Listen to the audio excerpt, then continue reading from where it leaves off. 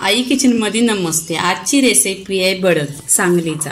इथे लसूण घेतलेले पण लसणीला टेचलेली आहे, त्याची सालं नाही करायची। इथे कढईमध्ये तेल टाकायचं। तेल छान असं गरम झालं पाहिजे। इथे कढीपत्ता टाकायचा। कढीपत्ता छान असा तरतरला पाहिजे। इथे कढीपत्ता बघा छान असा तरतर झालेला आहे। त्या कढीपत्त्याला आपण काढून घ्यायचं। इथे कढीपत्ता आहे ना काढून घ्यायचा। इथे शेंगदाणे टाकायचं 1 वाटी। त्याच्यामध्ये लसूण टाकायची। लसूण अशी तरतरली पाहिजे। इथे बघा लसूण आणि शेंगदाणे छान असं गोल्डन कलरवर झालेलं आहे पूर्णपणे। तर लसूण आणि शेंगदाणं गोल्डन कलरवर झालेलं आहे। तर इथे आहे ना आपली घरची लाल मिरची पावडर आहे 1 चमचा टाकायची। छान असा कलर आला पाहिजे।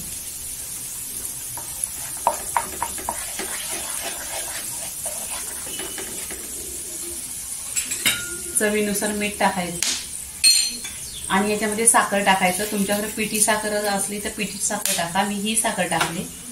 साखर विरघळायची पूर्णपणे। इथे बघा साखर विरघळले। एकजीव करून घ्यायचं। इथे आहे ना हे बघा कुरमुरं टाकायचं। तुम्ही कुरमुरं बोलताय काय मुरमुरं, हे टाकायचं आणि गॅस बंद करायचा। आणि बघा असं छान असा कलर आला पाहिजे।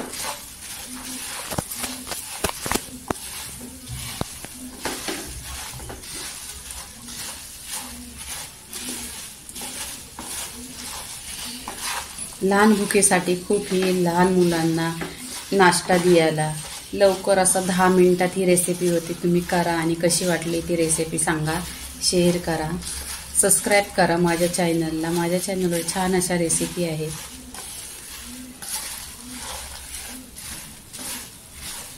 इथे बघा कलर कसा सुरेख आलेला आहे।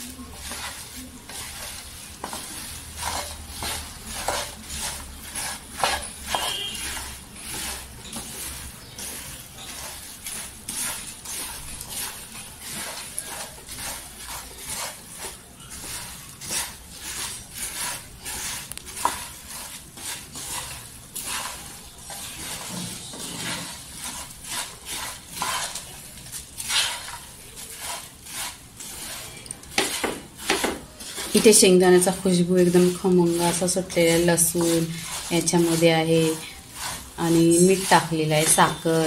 तर एकदम लहान मुलांना ना टेस्टी बाहेरचा नाश्ता आणायचा, जे घरच्या घरीच बनवायचं, जे आपण खातो ते त्यांच्या पोटामध्ये जाईल।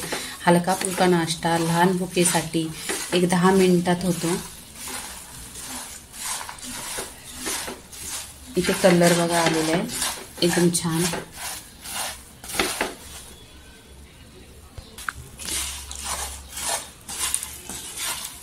इथे बघा पूर्णपणे झालेला आहे। 1-2 महिने पण टिकला नाश्ता। इथे आपण कढीपत्ता टाकायचा एकदम छान असा क्रिस्पी केलेला।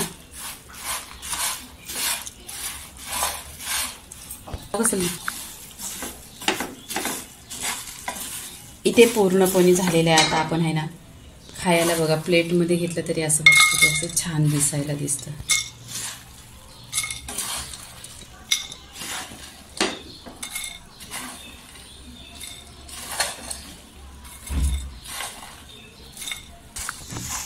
इथे पूर्णपणे रेसिपी झालेली आहे। लाईक करा, शेअर करा, सबस्क्राईब करा आणि नेहमीच खात राहा। धन्यवाद।